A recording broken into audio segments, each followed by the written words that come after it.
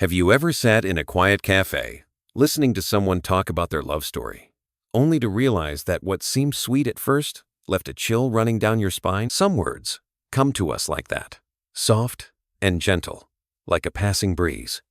They are not harsh insults or strict commands. They are like whispers from the heart, making you believe you're being loved, being cherished. But over time, those words begin to change color, like a vibrant painting slowly being consumed by darkness. I remember a friend once confided in me about her relationship. When they first met, he would say things that sounded so sincere, like, "I just want you to understand and accept me for who I am." She was moved to tears, thinking she had found someone honest, someone unafraid to show vulnerability. But just a few months later, she realized that those words were a shield, a way to avoid change, a way to justify the times he hurt her. You see, words like that don't come to us as weapons. They come as sweetness, and that's what makes them dangerous. In psychology, there's a concept called the shadow. It refers to the part of ourselves that we often deny, the parts we don't want to face. And this shadow often shows up in relationships, disguised in seemingly harmless words. You might hear someone say, "I just want a simple love." But beneath that may lie a refusal to grow up, a rejection of responsibility, and a demand to be loved without conditions. The scary part is when you ignore these small signs. They quietly take root, like planting a poisonous seed in a garden. At first, it's just a tiny sprout, easy to overlook. But one day, you look again, and it's grown into a vine, wrapping around every flower, choking the life out of them. A woman often steps into love with the belief that love can heal, that it can transform someone. And yes, sometimes love can do that, but not when the other person refuses to face themselves. Not when he uses words like a shield to hide from his own darkness. Stoic philosophy once warned us that we waste our lives not because life is too short, but because we spend it on people who are unworthy. It sounds harsh, but think about it. How many times have you spent months, even years, trying to change someone who never had any intention of changing? I've seen that happen to my own sister. For years, she stayed in a relationship built on endurance. The man would often say things that sounded ordinary, like, "You have to accept me as I am." She believed it was a reasonable request, that love means being accepting. But slowly, she became the one carrying all the weight, while he made no effort to grow. By the time she realized it, she was exhausted, becoming someone she no longer recognized. Do you see the pattern? Words that seem harmless, when repeated, begin to shape a whole way of living, a whole pattern of love. You stop living for yourself and start revolving around the other person. You start believing maybe you're selfish for wanting him to change. Maybe you're too demanding for expecting growth. And then, those sweet words become chains. The most dangerous thing isn't when someone yells or commands. It's when they make you believe your sacrifices are just natural.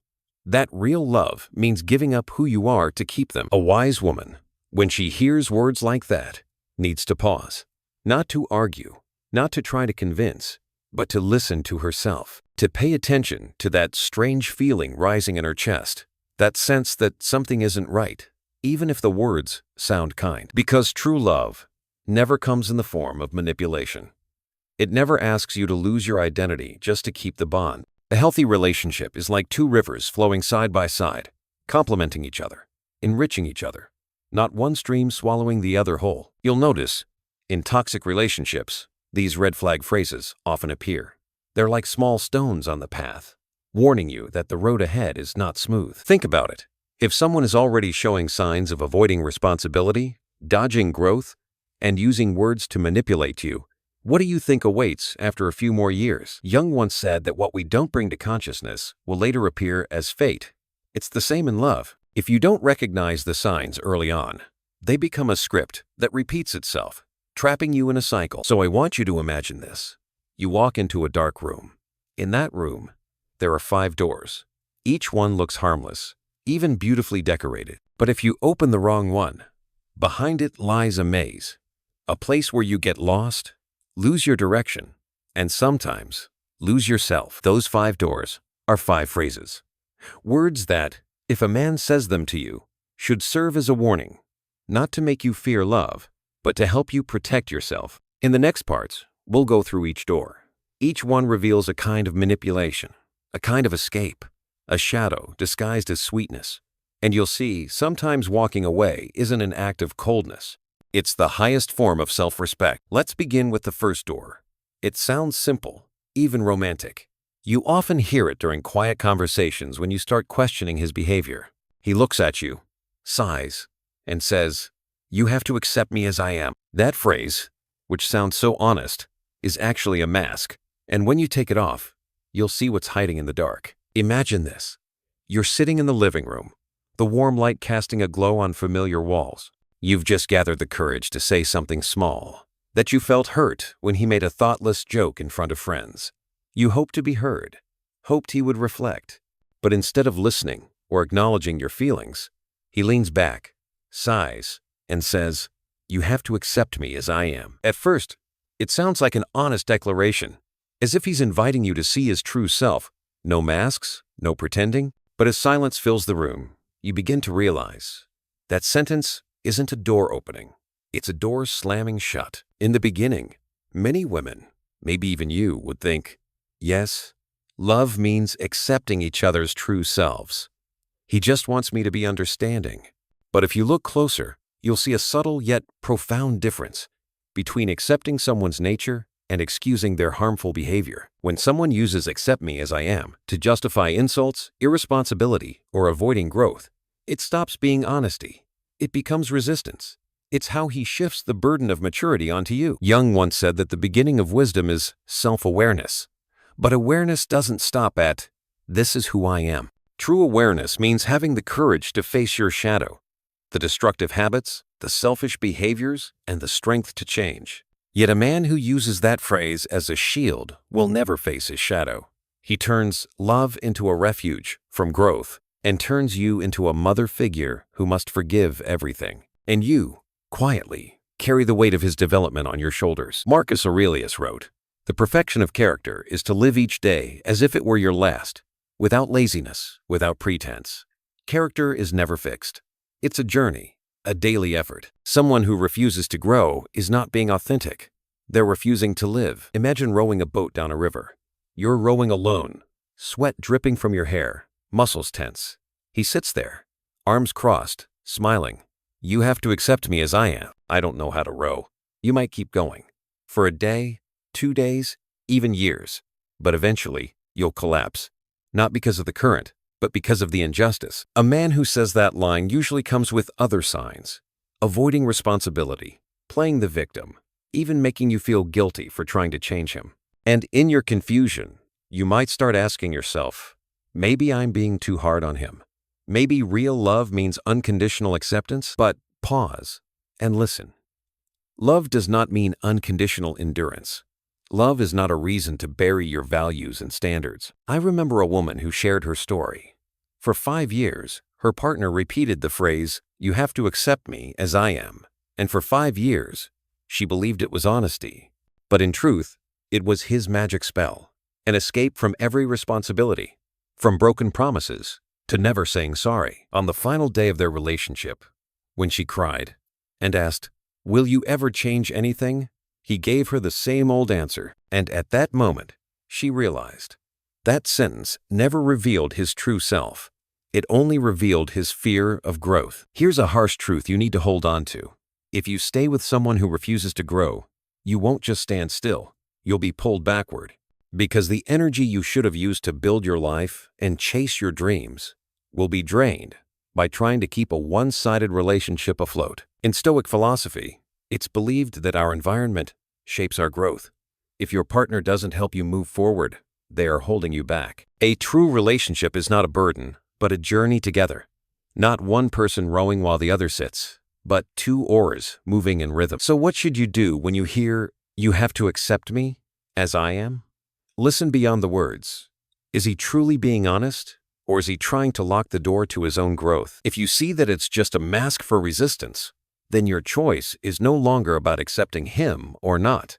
It's about protecting yourself. Because once you accept that condition, you step into an endless loop, broken promises, endless excuses, and conversations that always end with a wall. I know walking away isn't easy. Your heart might scream, but he can be gentle. He can be caring. And yes, no one is all bad. But the problem isn't in the good moments. It's in the repeating pattern. And that pattern only changes when he chooses to change. If he's using that phrase as a shield, then the truth is simple.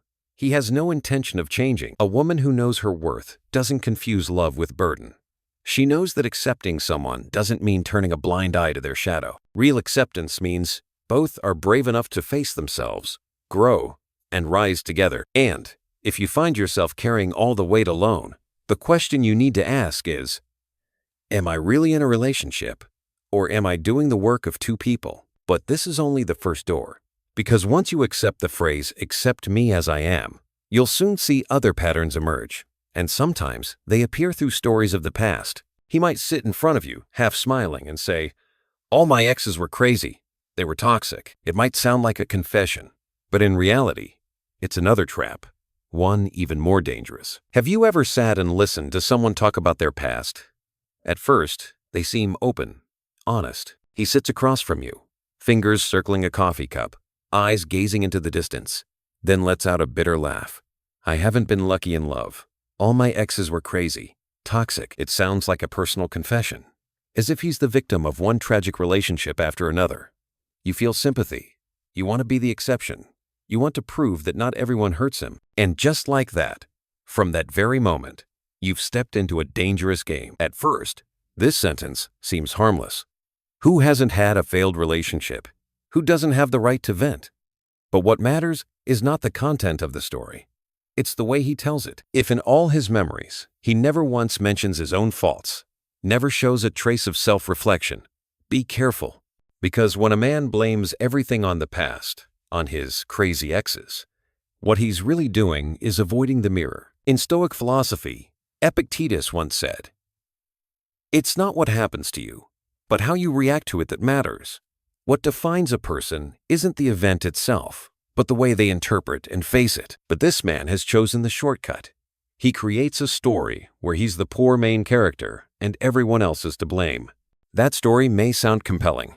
It makes you feel special, like you'll be the one who's different from them.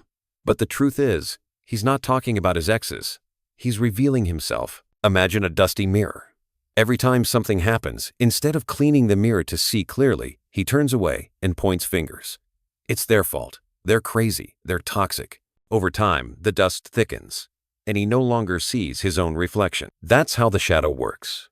Carl Jung once said, what we don't make conscious will control us from the shadows. And men who constantly criticize all their exes are living proof. They refuse to face their own darkness, the need for control, the selfishness, the insecurity, so they project it onto the women who once loved them. I once knew a girl named Sarah. She entered a relationship full of hope, believing she'd finally found a man who wanted to build a future. But from the very first month, he kept repeating, all my exes were awful.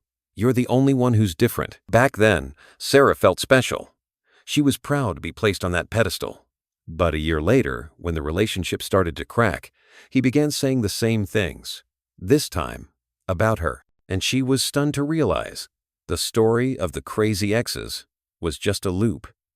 And anyone who became his girlfriend would eventually become a character in that same tale. Here's what you need to remember. If a man has never taken responsibility in the past, what makes you think he'll start with you? A relationship is like building a house. If the foundation is made of sand, denial, blame, then no matter how beautiful the house is, it will collapse. And what's more dangerous is this. Every time he tells that story, he's unconsciously assigning you a role. The role of the only good one, the one who can save him, and suddenly, you've become the therapist, the rescuer. You carry the weight of not disappointing him, while forgetting that in love, your job is never to save someone. Jung said it clearly. What we deny submits us. What we refuse to face ends up controlling us. A man who denies responsibility, who refuses to face his own darkness, will repeat this same script with every woman he meets. And the tragedy is, once you become his girlfriend, you're already becoming the next crazy ex in that story. Not because you're crazy, not because you're toxic, but because he needs someone to blame. That's how he protects his ego, keeps himself from having to wipe the dust off the mirror. Can you see the dangerous game now? In his version of the story, you only get two roles, either the savior or the villain. But in both roles, You don't get to be yourself. And so, you find yourself on a leaking boat. You're scooping out water, trying to keep it afloat, but it's not sinking because of the hole. It's sinking because your partner refuses to pick up the bucket and help. A woman with emotional intelligence won't fall into that trap. She'll listen to the way he talks about his past and ask herself, does he ever take responsibility? Has he ever talked about what he learned from those relationships? If the answer is always no, then every sweet thing he says to you is just the beginning of a cycle. Because the harsh truth is, if all his exes were crazy, then maybe the problem isn't them. Maybe the problem is the story he keeps carrying. Remember this, you're not a therapist. You're not here to fix a man who refuses to heal himself. You're not the one who's different in his story. You are you, a woman who deserves love with respect, responsibility, and growth. If you hear that line, all my exes were crazy, don't feel special. Take it as a warning, because chances are, one day, you'll hear that exact same line again, this time aimed at you. And that's only the beginning. Because once the victim-villain game loses power, he'll look for ways to control you more directly. He'll dress it up as love and turn it into a tool of pressure. And it often begins with a sentence that sounds sweet, but carries danger. If you really loved me, you'd do what I ask. Picture a perfectly ordinary evening. You and him are sitting on the couch, the light from the television flickering across your faces. It starts with something small. Maybe you want to hang out with friends, or you say no to something that makes you uncomfortable. And then, instead of having an honest conversation, he turns to you, his eyes slightly sad, his voice lowered like a plea. If you really loved me, you'd do what I ask. In that moment, your heart stumbles. The words sound gentle, like a declaration of love. But behind them is a deeply dangerous trap, a form of emotional blackmail. At first, you might think, well, in love, we should give in a little, right? But the truth is, this isn't a request. It's an ultimatum. It puts you in a position where you must choose, either comply or be seen as the one who doesn't love enough, the one at fault.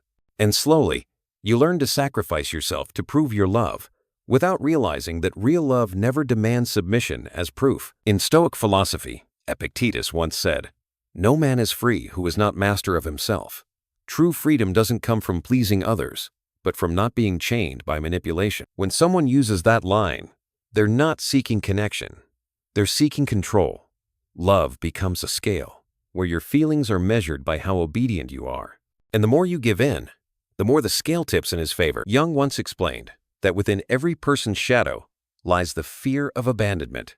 And sometimes, to avoid that fear, people dress it up in the mask of love. They say sweet things, but what they truly want is to bind you, to trap you in their orbit of control. Imagine a string tied around your wrist. At first, it's loose. You barely notice it.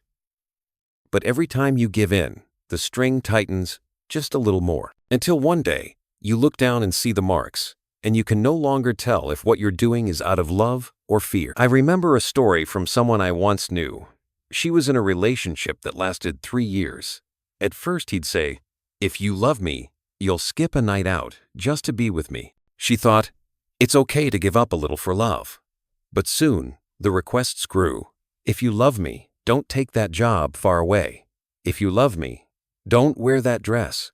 If you love me, stop talking to your male colleagues." 3 years later, she barely recognized herself. Her friends were gone, her career paths closed. Even the clothes she wore didn't reflect who she was anymore.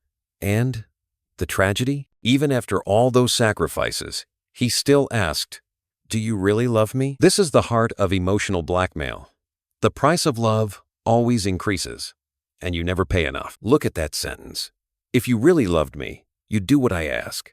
It's no longer an expression of love. It's a condition, a trap. It turns love into a transaction, where your feelings are only valid if you obey. And once you accept that first condition, you get pulled into a never-ending spiral. Today, it's a canceled hangout. Tomorrow, it's a dream deferred. And one day, it's your entire identity slipping away. Marcus Aurelius once warned, "Do not let another man's soul rule over yours. Do not let someone else's desires govern your spirit. Because love is not domination. It is not a test to see how obedient you can be.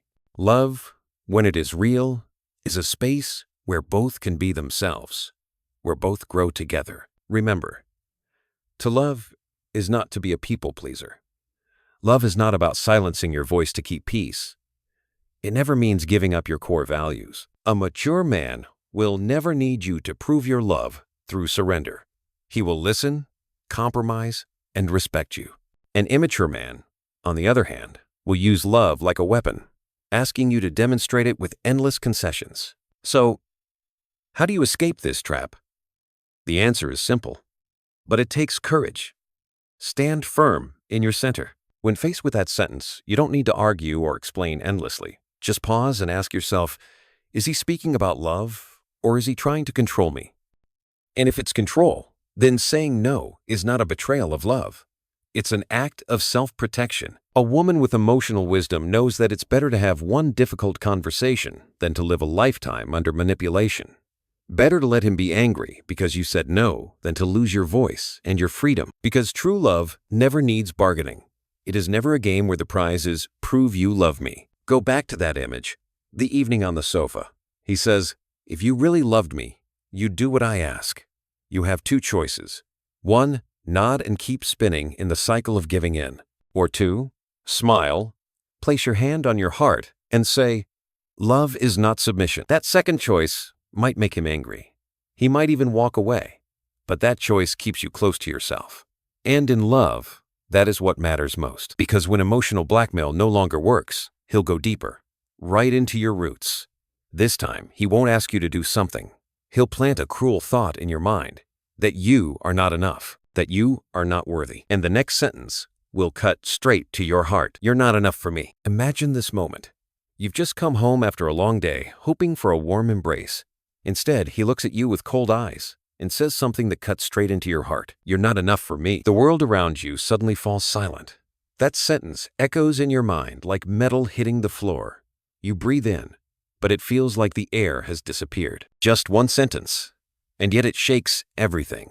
Your worth, your love, even your sense of self. The cruelty lies not just in the criticism, it's in the rejection of your whole being. He doesn't say, I don't like what you did. He says, you, all of you, are not enough. And this is where the most dangerous psychological game begins. Because the moment you believe that sentence, you step into a race that has no finish line, the race to become enough for him. Think of a treadmill. You run, your heart pounding, sweat pouring down like rain. You think that just a bit more effort, and you'll get there. But on that treadmill, you never arrive. One day, you're not gentle enough. The next, not attractive enough. Then not successful enough, not smart enough, not something. Even if you don't know what it is. That is the cycle of manipulation. The more you run, the further he moves the finish line. And the only outcome is exhaustion, while he stands by, enjoying the power that comes from you constantly trying to prove yourself. Carl Jung once wrote that many people refuse to confront their own emptiness. Instead, they project that insecurity onto others. When a man tells you that you're not enough, he's really speaking about the emptiness inside himself. He wants you to carry the weight of that void. He wants you to believe it's your fault, so he never has to face the shadow in his own soul. I remember a woman named Claire. She was a teacher, kind, intelligent, loved by her students. But her partner would often say, you're good, but not enough. You're not ambitious enough, not sexy enough, not like other women. For years, Claire tried to change, dressed better, trained harder, worked tirelessly. But every step she took, he moved the target a little further. In the end, Claire realized she was not the one who lacked. He was the one who never knew what enough meant, because the emptiness inside him was bottomless. Marcus Aurelius once said, do not let another man's soul rule over yours. And that's exactly what the phrase, you're not enough, tries to do. It's not about building up, it's about breaking down. Not about connecting, but about controlling you through insecurity. Do you see the danger here? When he says you're not enough, he makes you question yourself. And once you start doubting who you are, you begin to crave his validation like air. That's how he binds you, turning you into someone who begs for scraps of love, for rare compliments. But the truth is, a mature man, if he truly loves you, will never make you feel small.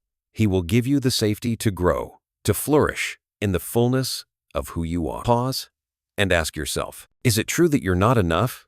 Or is it him who never knew what enough looks like? Are you truly lacking? Or is he using his own insecurity to twist the mirror? You already know the answer. Jung once said, You cannot make someone see your light if they are only searching for their shadows. A man who sees you through a lens of lack will always find a reason to say you're not enough, not because you truly lack, but because he lacks the courage to see your wholeness. A woman who knows her worth does not beg for love by trying to prove it. She knows that other people's validation, especially from a man who hasn't grown, is never a reliable measure. Because that measure always changes. It's always manipulated. Real value lies in your inner stability, knowing who you are, knowing what you deserve, and never letting anyone use the words "not enough" to dim your light. Imagine a candle. A man who hasn't healed might come close and say, "That light is too small, not bright enough to light the room." But the truth is, the candle doesn't need to become the sun. It only needs to do what it was meant to do, shine in its own capacity. And that is enough. You don't need to become a different version of yourself to be loved. You don't need to prove you're worthy. You just need to be who you are. And the right person will see that worth without needing you to chase after it. So if one day you hear the words, "You're not enough for me," take a deep breath. Don't rush to argue. Don't scramble to prove. Just smile inside and remind yourself, the lack is not in me. It's in him. And sometimes, the only way to protect your light is to walk away. Not in anger, but in calm.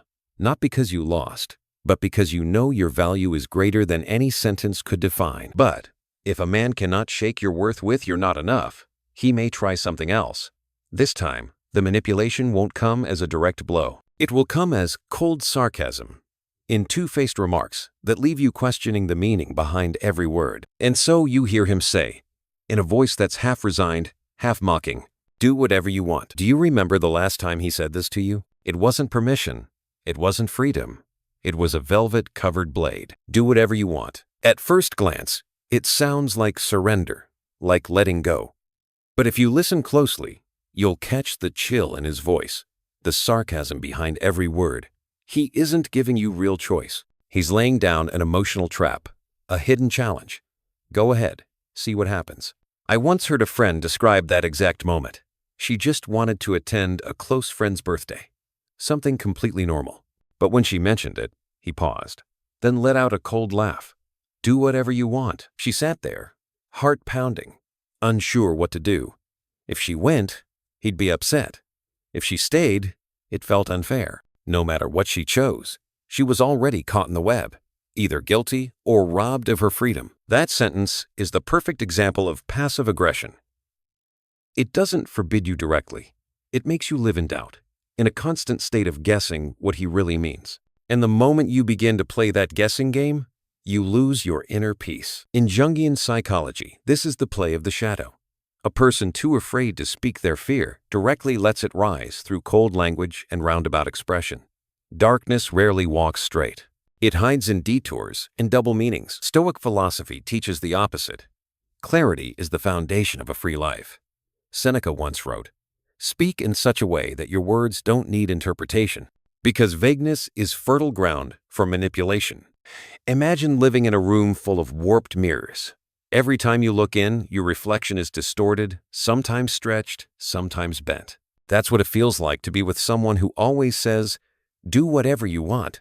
You never truly know what's real, what he really wants. Those distortions don't change who you are, but they make you doubt yourself. And once you doubt yourself, he wins. I remember a woman named Emily. Every time she chose to do something for herself, yoga, a business trip, even just reading alone, he'd say it. At first she thought, at least he's not stopping me. But over time, she noticed that whenever she followed her heart, the air in the house turned cold. He didn't yell. He didn't argue. He just pulled away, letting her drown in guilt. After a few years, Emily rarely made her own decisions. She stopped doing yoga, went out less, even hesitated to accept work invitations, all because of one fear. If I do what I want, he'll take his love away. That's the cruelty of that seemingly harmless sentence. It doesn't stop you. It makes you stop yourself. It plants fear, and you're the one nurturing it until it wraps itself around your heart like a vine. You need to remember, a healthy relationship is built on clarity, not on riddles, not on games. Real love does not require decoding. It needs honesty, even when it's hard. It needs truth, even when it stings. When he says, "Do whatever you want," he's not giving you freedom. He's handing you a suspended sentence. and you live in fear of the day that sentence is carried out. Through coldness, emotional punishment, or the withdrawal of love, the only way out of this trap is not to decode, not to guess what's hidden. The only way is to act with clarity. If you want to go, go. If you want to do something, do it. And when he uses silence to punish you, remember that silence is not your fault. It is his tool of control. A woman with emotional intelligence will not sacrifice her peace to play a guessing game. She knows that her own clarity is her greatest strength. When you respond to ambiguity with direct action, the game of manipulation collapses. Picture the scene again. You hear that phrase, do whatever you want. You take a deep breath, steady your heart. You stand up, pick up your bag, and walk to the door.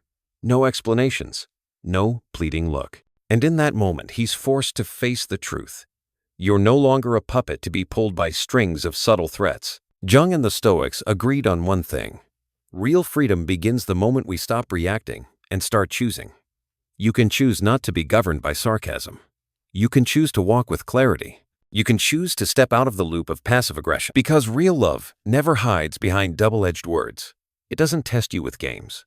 It doesn't exhaust you by making you guess what the other person feels. Real love shows up in clarity, in words that need no decoding, in eyes that don't dodge, in hearts that don't use games to gain control. You've walked through 5 doors, 5 phrases that seem harmless but are full of shadow. Each one is a signal, a trap, and if you don't recognize them, you might find yourself in a relationship that slowly drains your energy, your trust, your very self. But one truth remains. Recognition is only the beginning. The power lies in your choice. Will you stay and endure? Or will you walk away with peace and dignity? And that's where this story leads, to one simple, powerful reminder. Healthy love is always built in the light, never in the dark. You've walked through 5 doors. Each door opened to a phrase that seemed harmless at first, but hid a shadow within. And now, standing at the end of this journey, you can look back and see one thing clearly. It wasn't the words themselves that hurt you. It was how they took root, how they crept in deep, and slowly disconnected you from yourself. Maybe you've been there before, sitting quietly in your living room, wondering, am I being too harsh? Am I asking for too much? And while you blamed yourself, those words echoed in your mind. You have to accept me as I am. All my exes were crazy. If you really loved me, you'd do what I ask. You're not enough for me. Do whatever you want. They were like shadows. At first, just flickering across the wall. But over time, they covered the room, making you believe that light was something distant, something rare. Carl Jung once warned that what we fail to become conscious of will eventually shape our destiny. If you don't recognize these patterns, they will repeat again and again, only with different faces. You might walk away from one man, but if you haven't awakened, you'll meet those same phrases again in another form. The important thing isn't memorizing all 5 sentences. The important thing is recognizing the pattern, the avoidance of responsibility, the victim games, the manipulation masked as love, the denial of your worth, and the passive-aggressive control. Once you see the pattern, you no longer get pulled into the game. Let me tell you about a woman named Anna. Anna went through 2 long relationships, and in both, these phrases appeared. With the first man, she heard, "You have to accept me as I am." With the second, it was, "You're not enough." And there were nights when she sat alone in her room, feeling like her heart had been chipped away piece by piece. But one day, Anna made a decision. She sat down and wrote out all the things that had hurt her. And for the first time, she didn't look at them with guilty eyes. She looked with clarity, and she realized it wasn't that she wasn't enough or too demanding. She had simply been with men who weren't ready to grow. That decision changed her life. She left, not in anger, but in peace. And years later, when she told her story, she smiled and said, "I don't regret loving them, but I'm proud I didn't stay." In Stoic philosophy, Seneca once wrote, "It is not that we have a short time to live, but that we waste much of it. The issue isn't that life is too short. It's that we spend too much of it on what is undeserving." And love is the same. You were not born to live in endless arguments, to play guessing games, or to constantly prove your worth. You were born to grow, to share, to be fully yourself in the presence of another. A healthy relationship does not make you feel small. It gives you the safety to bloom. A worthy man doesn't need you to shrink to be with him. He wants to see you whole, radiant, and will stand beside you, not above you. So ask yourself, in love, do you want to be a puppet pulled by vague words, or a woman who walks with strength? Do you want to waste years chasing enough in someone else's eyes, or use those years to live in your truth?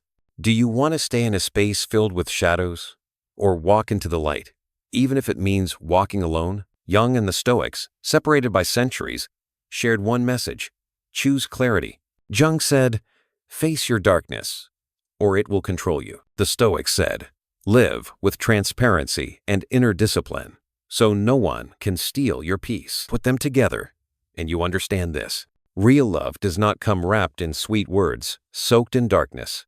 It comes from clarity, from courage, from two people willing to grow together. Let me leave you with one last image.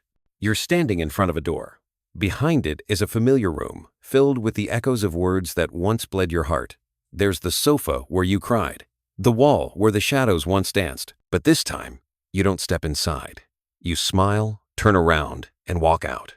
The morning light spills in, shining on your face, and you realize peace isn't something someone gives you. It's something you choose for yourself. Always remember, you are not here to save anyone. You are not here to prove your worth. You are not here to live in the shadows of someone else's words. You are here to love, to grow, to live in your truth. And sometimes, the deepest act of self-love is choosing to walk away. When you hear those phrases again, treat them not as sentences, but as signals. Because every signal, if you listen closely, reminds you that you deserve a different kind of love. A love that hides nothing, that forces nothing, that denies nothing, that never speaks in riddles. A love that is clear. A love that makes you feel enough from the very beginning and the final echo.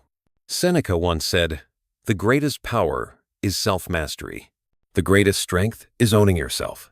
And in love, that mastery begins with knowing this. Not every sweet word is worth trusting, and not every relationship is worth keeping. You've walked through 5 doors. Now it's time to enter the 6th. Not a door to more darkness, but to light. And that light has always been within you. Thank you for staying with me until the very end of this story. If this message touched your heart, please give it a like, subscribe to the channel, and turn on the notification bell so you'll never miss the next journey we take together. Your support means the world to me.